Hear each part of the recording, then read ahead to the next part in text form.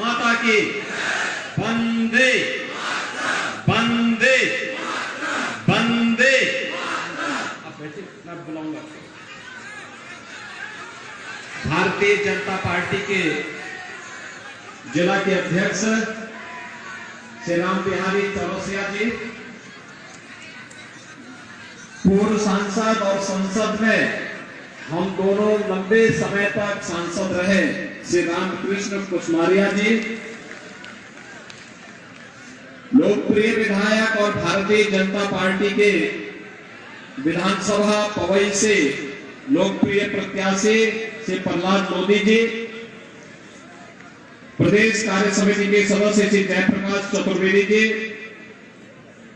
महामंत्री श्री विवेक मिश्रा जी, दीपेंद्र सिंह जी, रविराज यादव जी, श्रीमती सुधा पटेल जी, श्रीमती मीना राजे जी, श्रीमती मोहनी आनंद मिश्रा जी, पुष्पेंद्र पटेल जी, प्रमोद पटेल जी, प्रमोद तिवारी जी, पवन शुक्ला जी और भारी संख्या में पवई विधानसभा क्षेत्र से जुड़े हुए सभी उपस्थित भाई और बहनों, मध्य प्रदेश विधानसभा चुनाव के प्रचार कार्य आज सायंकाल समाप्त होगा। परसों 17 नवंबर को मध्य प्रदेश के भाग्य का फैसला आप सबको करना है। भाइयों बहनों, मैं आप सबसे अपील करने के लिए आया हूं। सबसे पहले मैं इस अवसर पर आप सबको आज भैया दूज का पावन पर्व भी है, इसकी बधाई देता हूं। भाइयों बहनों, आज प्रातः काल आपने देखा होगा देश के यशस्वी प्रधानमंत्री जी ने भारत माता के महान सपूत, भारत की आजादी के लिए अपने आप को बलिदान करने वाले भगवान बिरसा मुंडा की जन्मभूमि में जाकर के उन्हें अपनी विनम्र श्रद्धांजलि अर्पित करते हुए नमन किया है। मैं इस अवसर पर अपने सभी वनवासी जनजातीय बंधुओं को जनजातीय दिवस की हृदय से बधाई देता हूं, अपनी शुभकामनाएं देता हूं। हमारा एक जनजातीय समुदाय सदैव से प्रकृति और पर्यावरण का उपासक रहा है। भाइयों बहनों, आप इस पन्ना जनपद में हैं, लेकिन समाचार पत्रों से सुनते होंगे, टेलीविजन में देखते होंगे, दिल्ली के अंदर प्रदूषण के कारण कैसा माहौल हो रखा है, दम घोटू माहौल। गैस जहरीली है, पर्यावरण जहरीला सा हो गया है, आंखों में जलन है। माननीय उच्चतम न्यायालय को और एनजीटी को तमाम उद्योगों को वहां बैन करना पड़ा, लेकिन हमारा जनजातीय समुदाय प्राचीन काल से ही प्रकृति और पर्यावरण का उपासक होने के नाते इसके संरक्षण के लिए कार्य करता रहा है। प्रधानमंत्री जी ने भगवान बिरसा मुंडा की पावन जयंती को जनजातीय दिवस के रूप में मनाने का जो अभिनंदनीय कार्य किया है, इसके लिए प्रधानमंत्री जी के प्रति आभार व्यक्त करते हुए आप सबको मैं हृदय से बधाई देता हूं, अपनी शुभकामनाएं देता हूं। दीपावली के 5 दिवसीय कार्यक्रमों की श्रृंखला में आज भैया दूज का भी पावन पर्व है। बहनें अपने भाइयों की लंबी आयु की कामना करने के लिए आज अपने अपने घर में जाकर के उनके प्रति दुआ कर रही है, उन्हें आशीर्वाद दे रही है। पर्व और त्योहारों की ये लंबी श्रृंखला भारत की समृद्ध विरासत की प्रतीक है। भाइयों बहनों, हम सबको अपनी इस परंपरा पर गौरव की अनुभूति करनी चाहिए। ये मेरा सौभाग्य है कि आज मुझे इस जनपद में आने का अवसर प्राप्त हुआ और आपका पन्ना जनपद तो विकास की नए प्रतिमान स्थापित कर रहा है। याद करिए, कांग्रेस के समय उद्योग नहीं लगते थे, लेकिन अब तो डबल इंजन की सरकार कार्य करेगी तो भाइयों बहनों, जेके सीमेंट जैसी नए नए उद्योग भी लगेंगे। और अब तो सुना है पन्ना में हीरे की खान भी प्राप्त हो गई है और हीरे से यहां के लाखों लोगों को नए रोजगार सृजन की संभावना बनेगी। आपका जनपद भी समृद्धि को प्राप्त करेगा और मध्य प्रदेश भी समृद्धि की एक नई ऊंचाई को प्राप्त करेगा। आपने देखा होगा डबल इंजन सरकार का लाभ किस रूप में प्राप्त होता है। जब से प्रधानमंत्री के रूप में मोदी जी आए, मोदी जी और शिवराज सिंह चौहान जी की जोड़ी ने मध्य प्रदेश को बीमारू राज्य से उभार करके आज देश के विकसित राज्यों की श्रृंखला में खड़ा कर दिया है। भाइयों बहनों, जो कार्य कांग्रेस 55-60 वर्षों में नहीं कर पाई, वह कार्य मोदी जी के नेतृत्व में मध्य प्रदेश में शिवराज सिंह चौहान जी ने मात्र 9 वर्ष में करके दिखा दिया। हर गरीब के घर में शौचालय का निर्माण होना, हर गरीब परिवार को सिर ढकने के लिए एक छत उपलब्ध होना, एक प्रधानमंत्री आवास योजना का लाभ उपलब्ध करवा देना, हर गरीब को 5 लाख रुपए की आयुष्मान भारत की सुविधा उपलब्ध करवा देना, हर गरीब के घर में बिजली पहुंचाने का कार्य हो, या फिर उज्ज्वला योजना में हर गरीब परिवार को फ्री में रसोई गैस के कनेक्शन उपलब्ध करवाने का कार्य। भाइयों बहनों, ये सभी कार्य पहले भी हो सकते थे। कांग्रेस को तो 55-60 वर्षों तक मौका मिला था, लेकिन विकास उनके एजेंडे का हिस्सा नहीं था। गरीब कल्याण उनके एजेंडे का हिस्सा नहीं था। वनवासियों, गिरवासियों, हरिजनों, जनजाति समुदाय के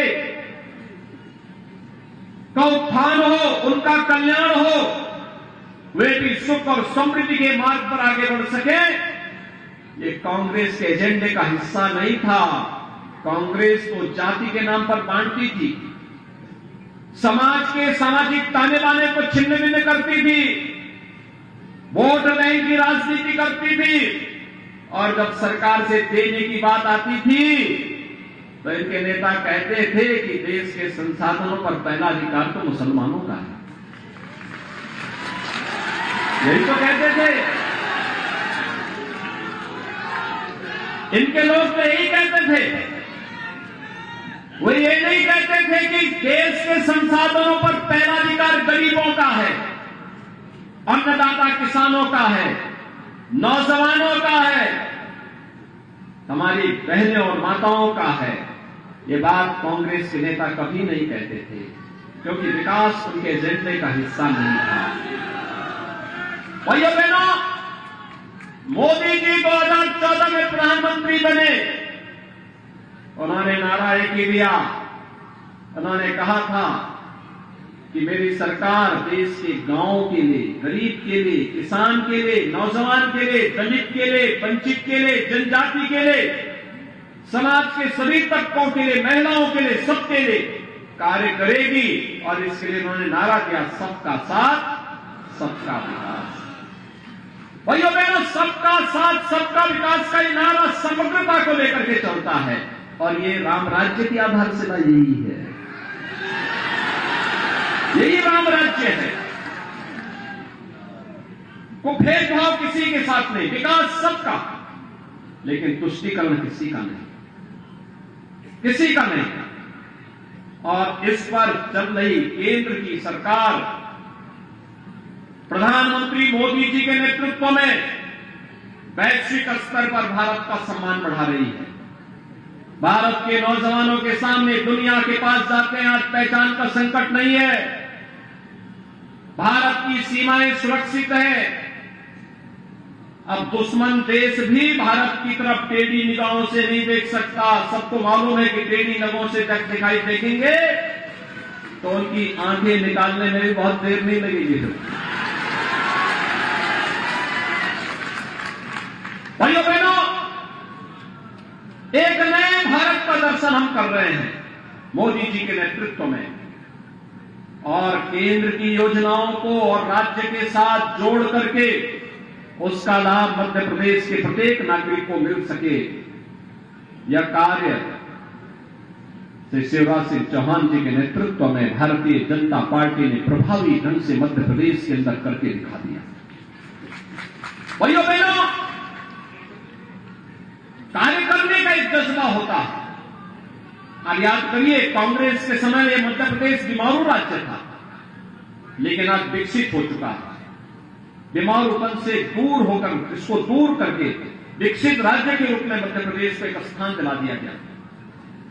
अन्नदाता किसानों के लिए सबसे अधिक कृषि विकास दर वाला राज्य है मध्य प्रदेश। नए उद्योग लग रहे हैं, इंफ्रास्ट्रक्चर के अच्छे हाईवे बन रहे हैं, अच्छी सड़कें बन रही हैं, डैम बन रहे हैं, और यही नहीं, IIT, medical college, AIIMS, IIM जैसी संस्थाओं की एक श्रृंखला खड़ी होकर के मध्य प्रदेश के युवाओं के लिए रोजगार सृजन की भी नई संभावनाओं को आगे बढ़ाया जा रहा है। ये वेलफेयर स्टेट की परिकल्पना को साकार करना ही राम राज्य के उदाहरण है। एक और विकास की बड़ी बड़ी परियोजनाएं, गरीब कल्याणकारी योजनाएं प्रभावी ढंग से बिना भेदभाव के तबके के लिए पहुंचाने का कार्य हो रहा है।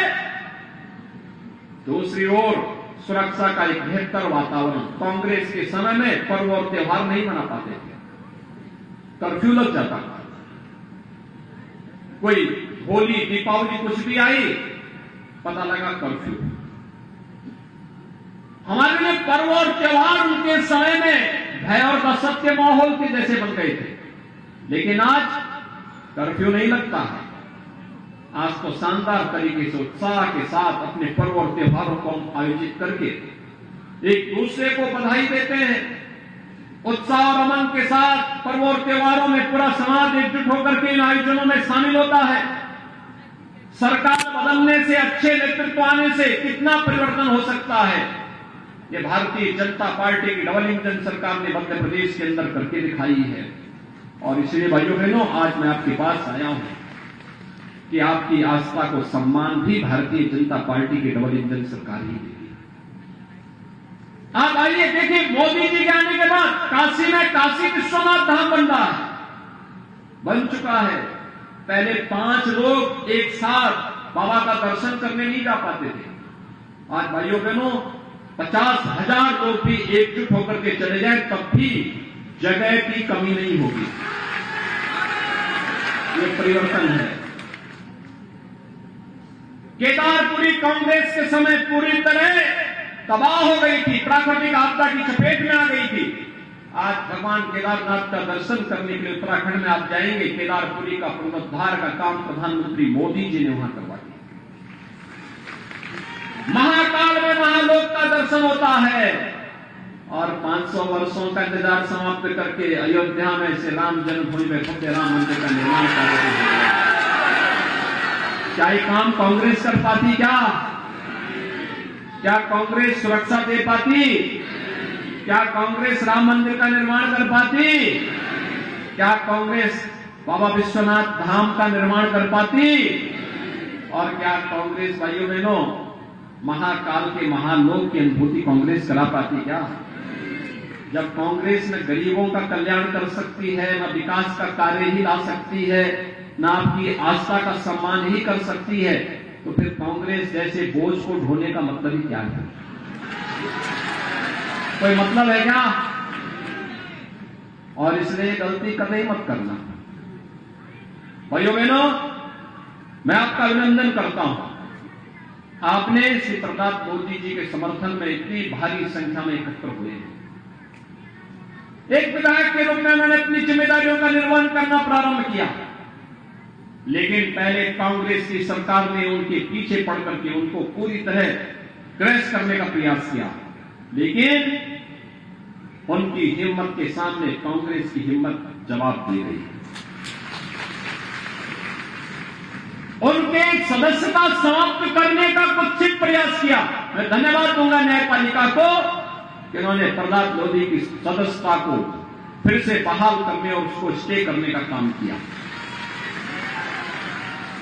कोरोना कालखंड में पहले स्वयं संक्रमित हुए, जनता जनार्दन की सेवा करते करते और फिर परिवार के कई सदस्यों को उनको खोना पड़ा।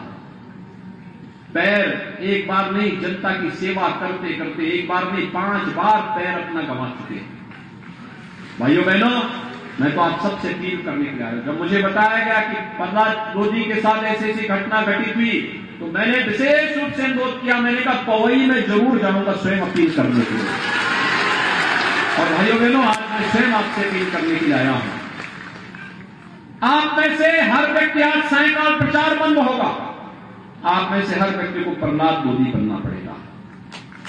कमल चुनाव चिन्ह के लिए फिर से कमल खिलेगा, फिर से पवई में और पन्ना की तीनों विधानसभा सीटों पे कमल खिलेगा। क्या ये संकल्प लेने को तैयार हैं? सभी लोग तैयार हैं?